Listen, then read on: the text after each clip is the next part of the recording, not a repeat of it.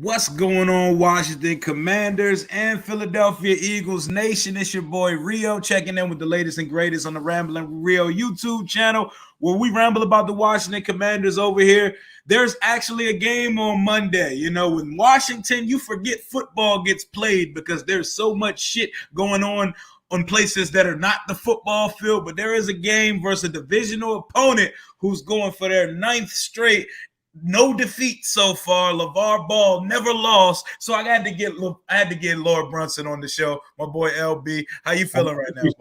I'm feeling good, man. You know, we chasing, so this game is important to me because this is the first time somebody got a second look at us.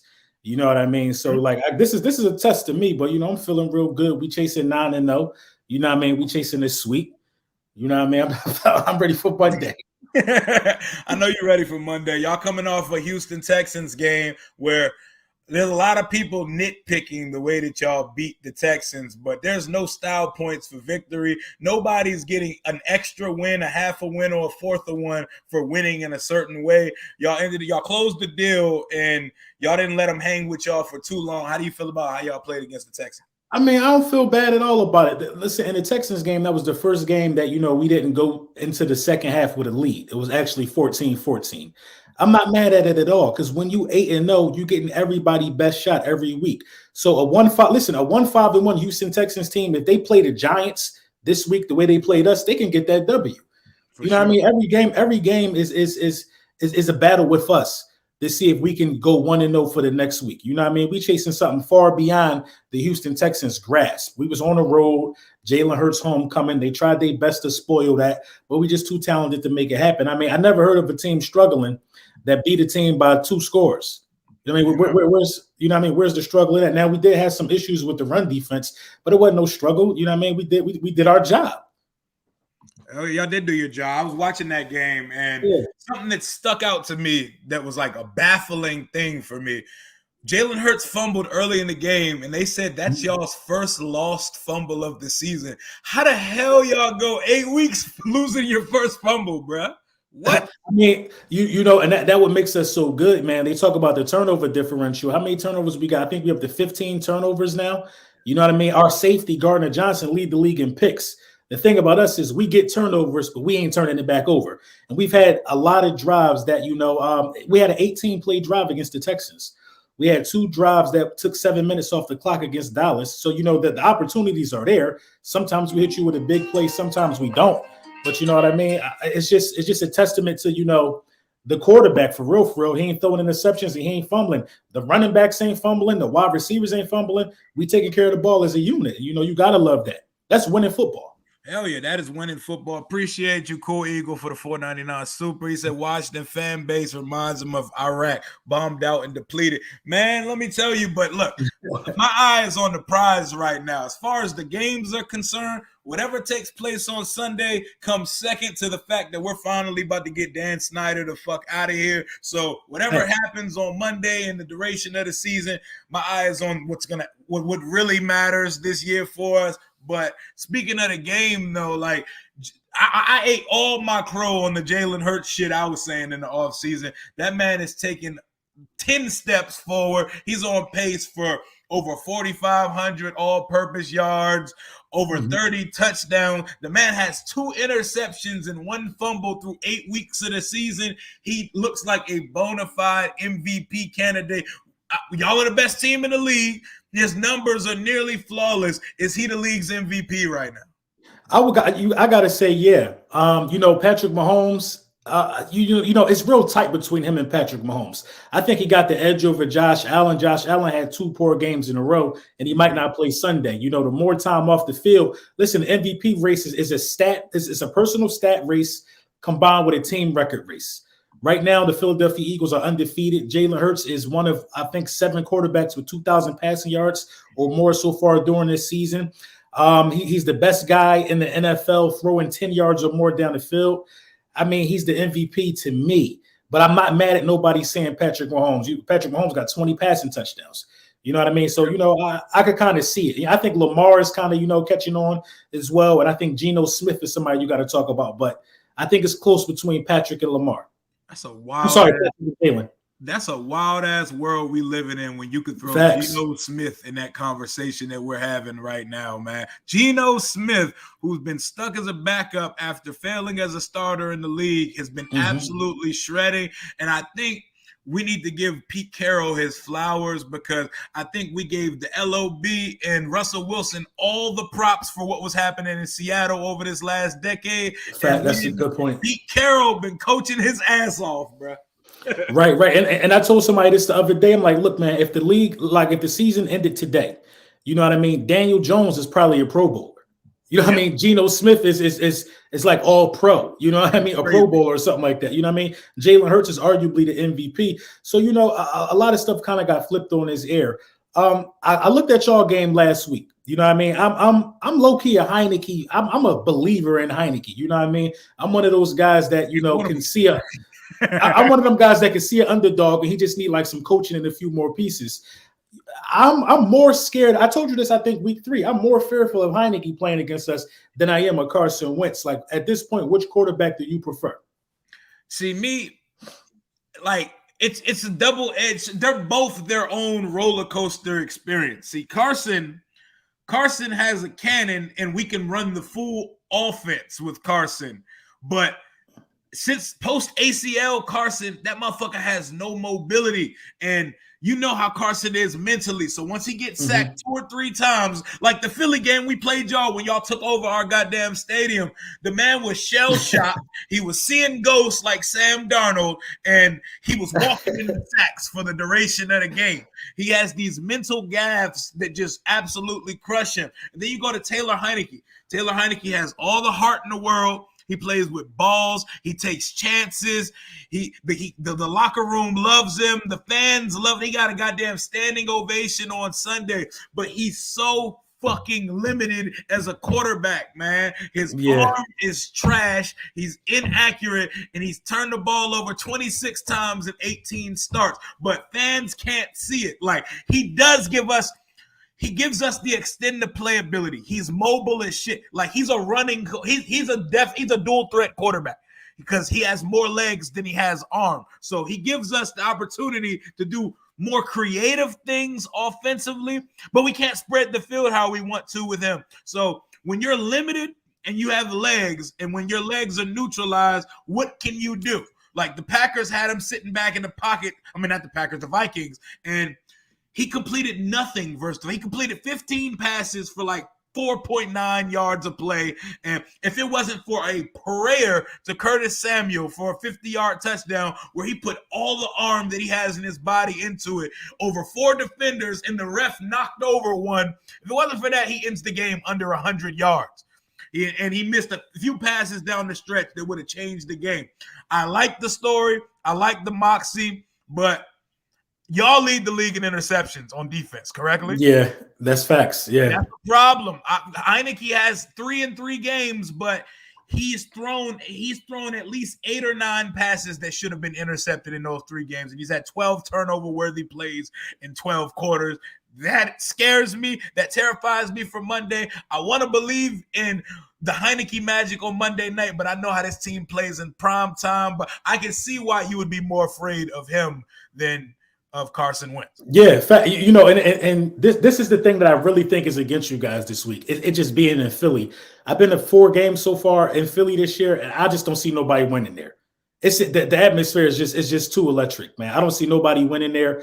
How do you exploit this Philadelphia Eagles defense without a slew of weapons? Like you literally have to go get Patrick Mahomes or Josh Allen on their A game to have to exploit this offense. I just don't think you guys got enough firepower. Now, I will say this. I'm concerned about our run defense from last week, but I think we tightened that up, man. I think that just was a case of, Pierce nice. Pierce is nice. I've been telling people that, but you got to understand we did play 2 games in 5 days. Mm-hmm. You know what I mean? During that stretch, we played. Did we play Monday night or Sunday night? And then we end up turning around and playing Thursday. So we played 2 games in 5 days. But, you know, that's still really no excuse, man. Everybody has to do it at some point in the season. But we got some older guys up front.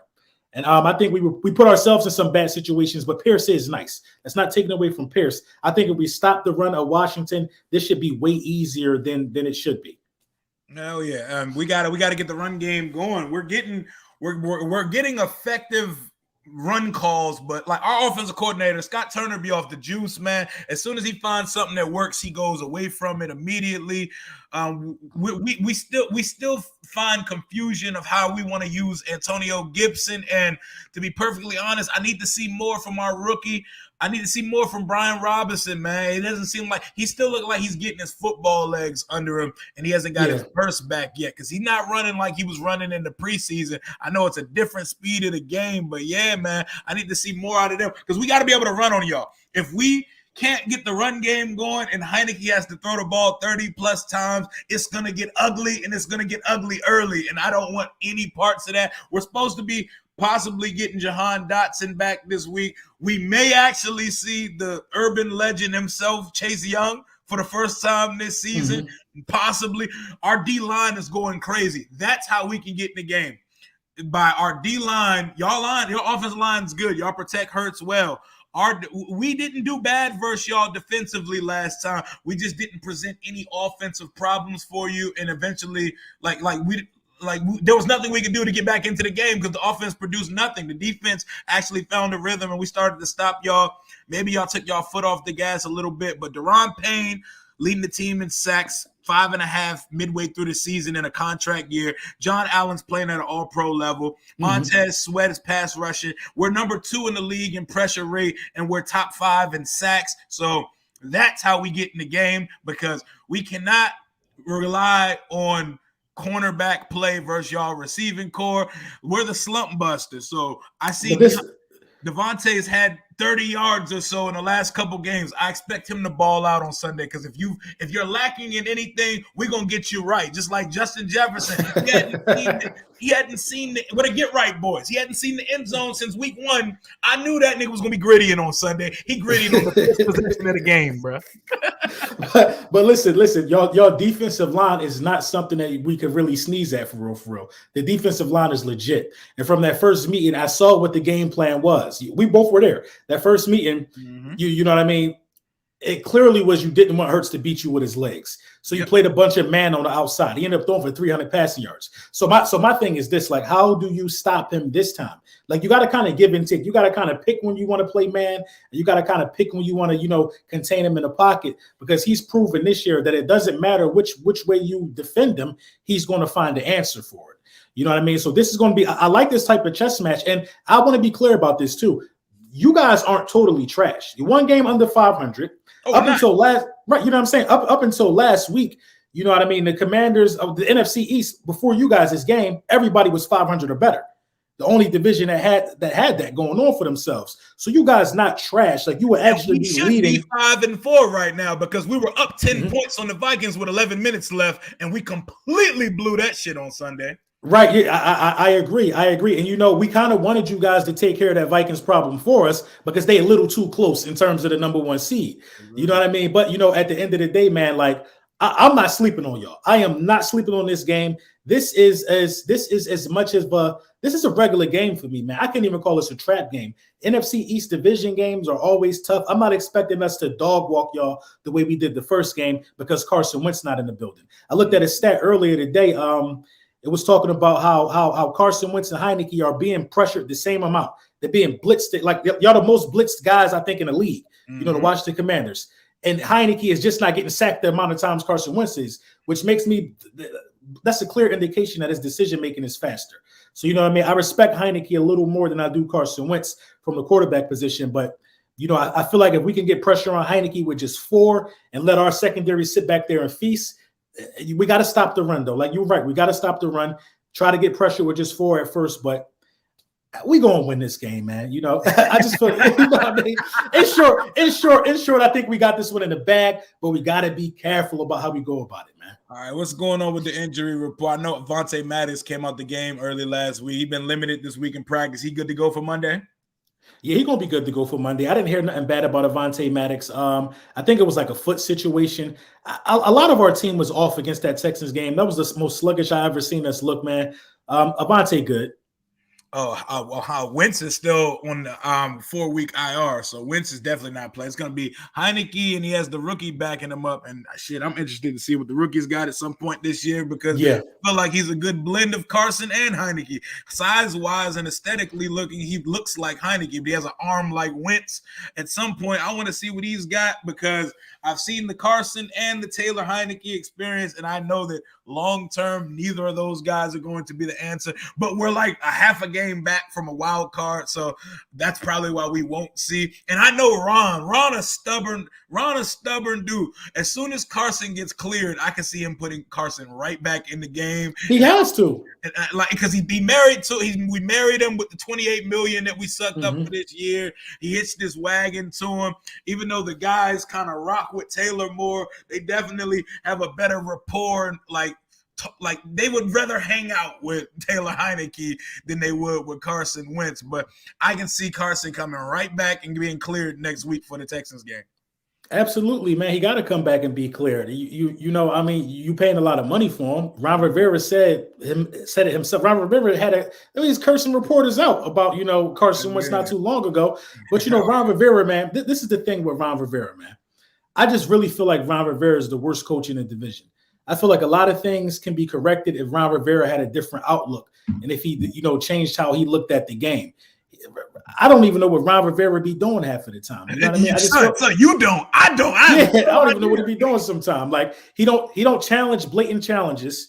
He just be out there. You know what I mean? Like he don't even be talking. Time management coach. He just sits there on the sideline with his arms crossed and just be vibing, bro. I don't know what the hell be happening, bro. Yeah, that's what I'm saying. And you know that's Nick Sirianni. He's grown to be a guy that likes to play chess with the opposing coach.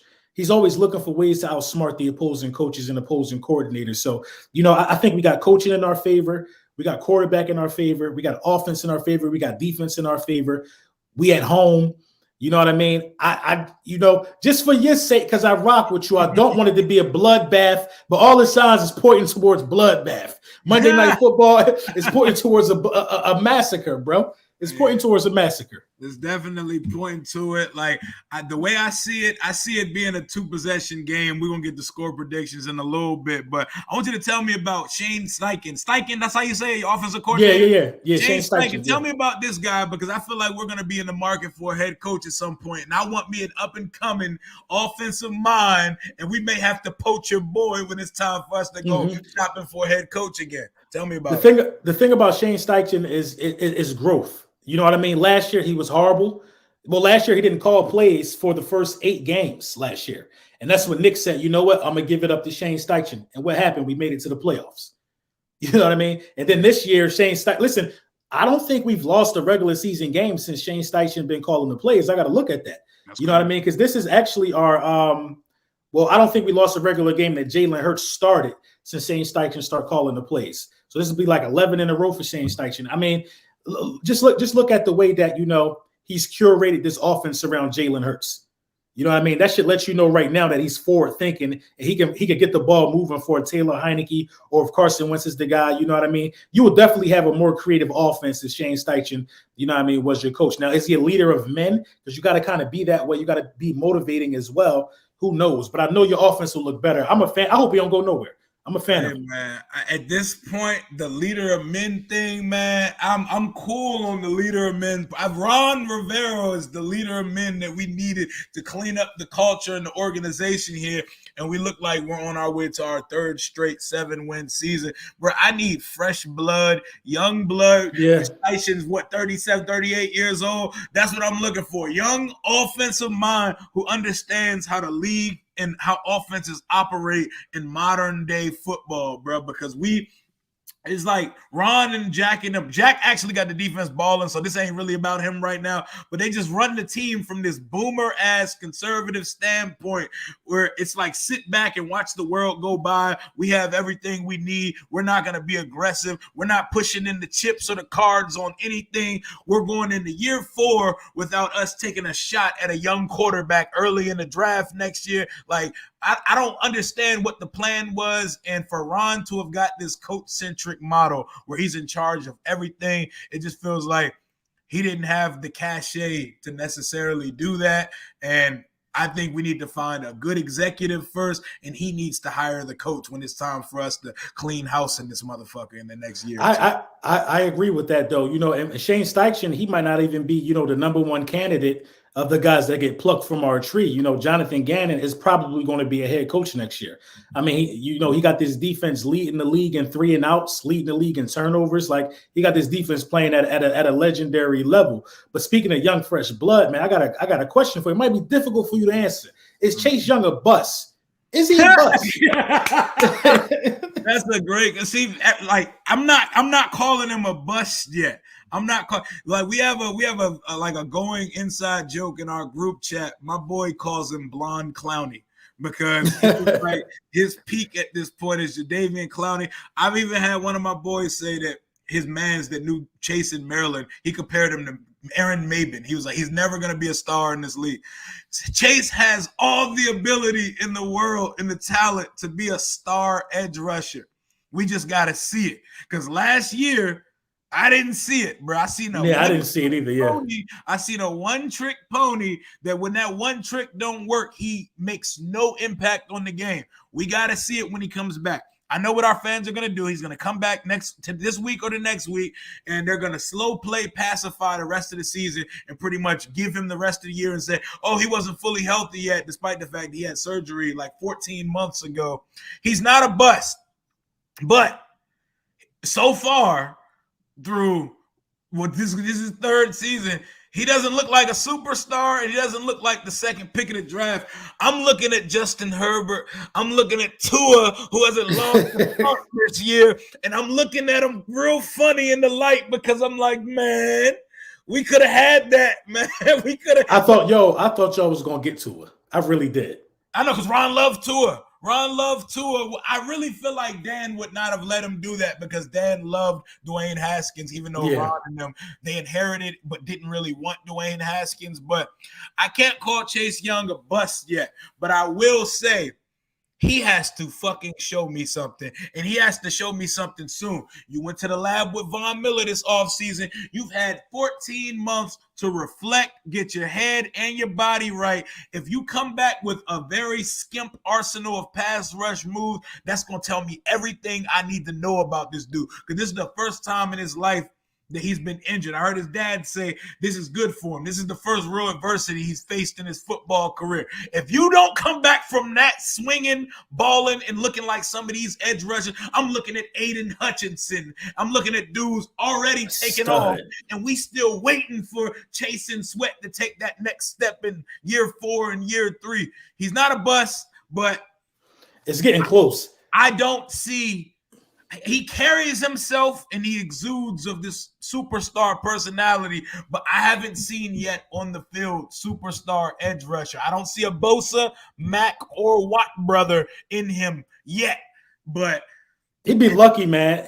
I think you'll be lucky if you could get Ryan Kerrigan out of him. I mean, shit, that's our all-time leader. That's what I'm saying. Hell yeah, because Ryan Kerrigan, he lacked all these physical tools and found his way to the quarterback still almost 100 times, 95 and a half times. Chase Young has all the tools in the world, except he don't know how to use his hands, and there's no pass rush arsenal. We can't have that, but that's definitely a conversation we can revisit at the end of the season, because I'm not holding no prisoners on him. I need to see something out of him. I don't care if he has been out for 14 months. He needs to show me something when he gets on that field. You take a dude with the second overall pick in the draft. He goes right after Joe Burrow. They say if Burrow wasn't in that draft, Chase usually would go number 1. He was tagged with the generational word, and you know how that generational shit works. So if you're anything less, like if you're Jadeveon Clowney, that's a disappointment.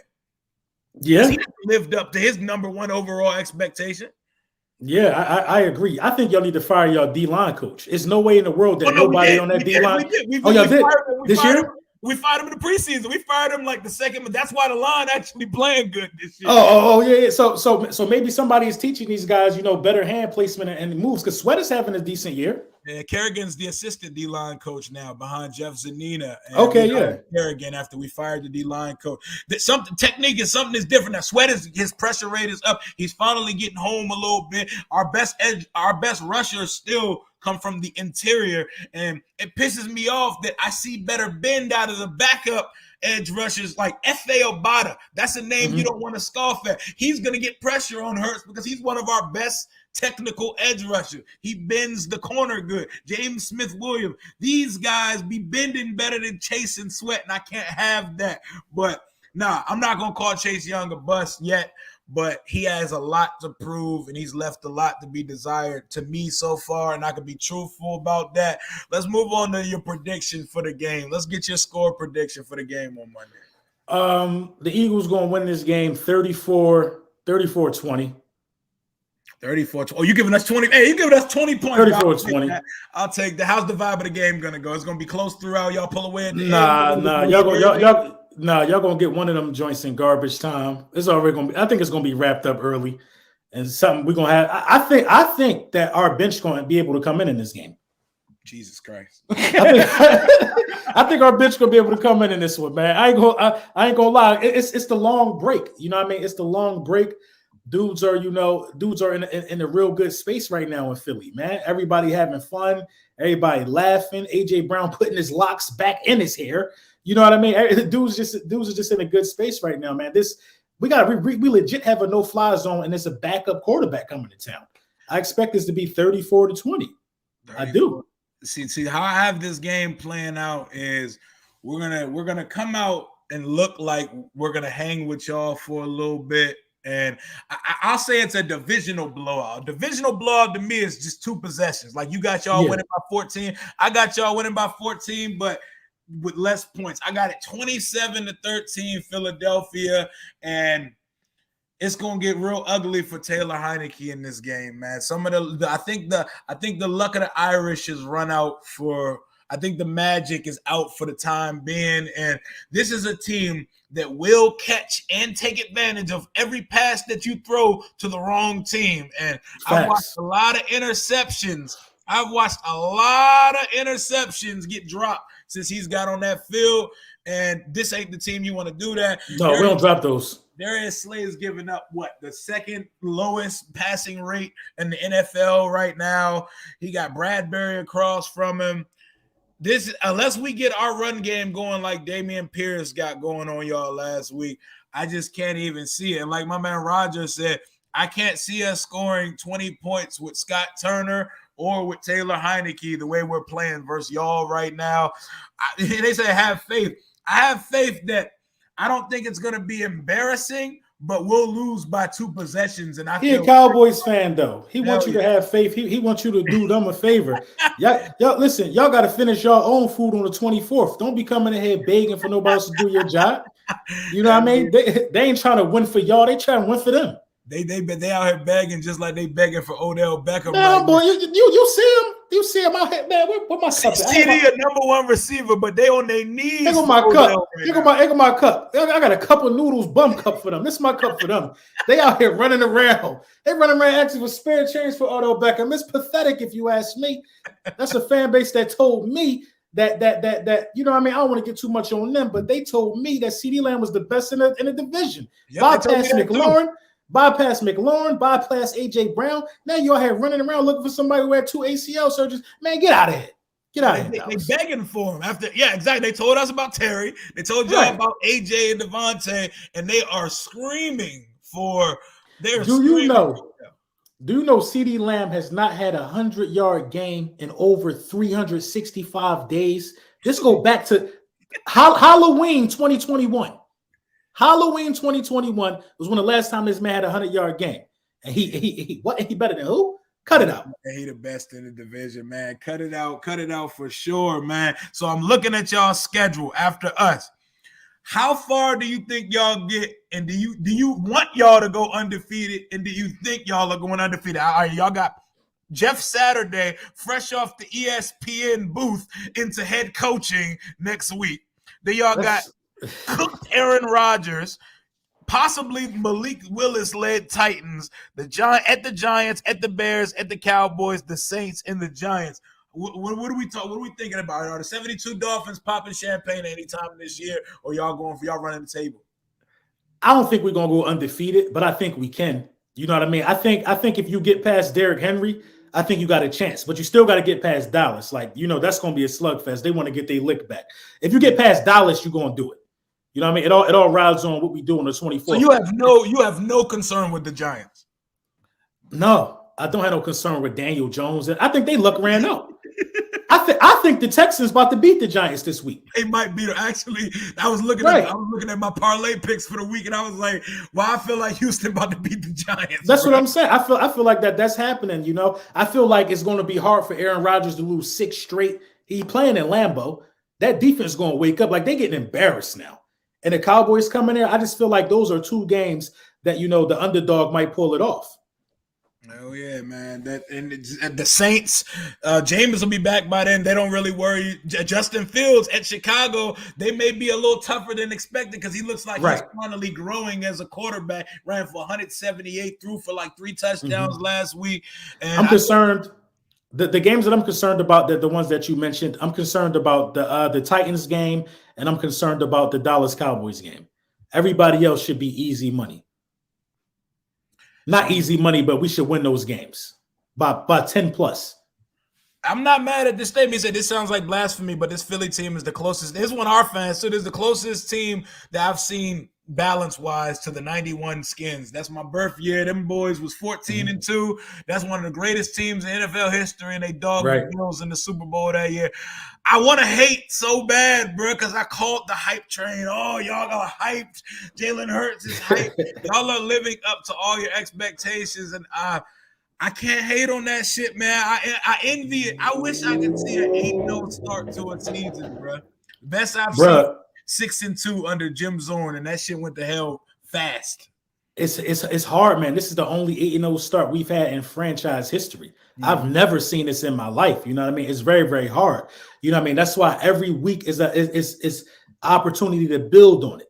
Now we could be the first 9-0, the first 10-0. Like, we're already in territory that's never been touched. So every week is a chance to prove that. So, I think the L going to come at some point. I think being the first Philadelphia Eagles team to win 12 straight, that's fine. You know what I mean? I'm cool with that versus, going undefeated. Jordan Davis, when is he slotted to return, and is Fletcher Cox good? Jordan Davis should be back, I want to say, in the Tennessee game because he's also on IR. Fletcher Cox is good, but, it's not really about Fletcher Cox.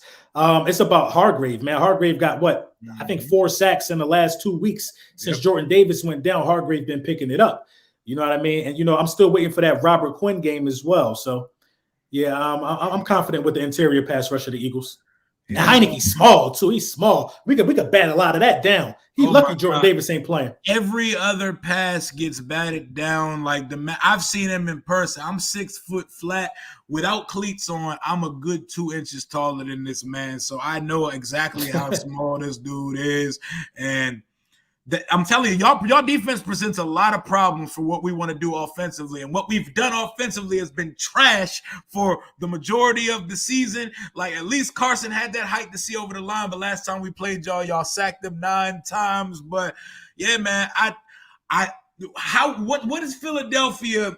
What's the fan base and what's the pulse looking like if we do beat y'all on Monday night? I mean, if y'all beat us, it's all about how we respond in next week, and we play the Colts. You know what I mean? That's what it's all about. You know what I mean? We go through that whole week of of how did this happen? How do we let how do we let Tyler Heineke beat this team? We go through all of those things. We go through that with whoever beats us for real, because we should be favorites all the way through. The only game we're not a favorite in, to what I looked at, was the game in Dallas. You know what I mean? For some strange reason, we're not a favorite there, but I don't know. I don't know. I don't know why we wouldn't be, but you know what I mean? Like, that's the pulse. The pulse is, we got upset. Now it's time to, I think a loss from y'all makes us ferocious the way out.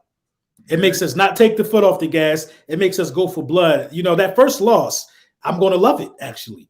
You know what I mean? I just don't want it to come to a divisional opponent. Yeah, you don't want it to, especially, hell, you definitely don't want it to come to a divisional opponent, but it would be huge for us. It would be fucking monumental for us because we got a lot going on. We got the DC Attorney General who just studied his whole life to come and go at NFL and go at Dan Snyder in front of the world today. We got a civil suit filed against the league and us. We got the team for sale.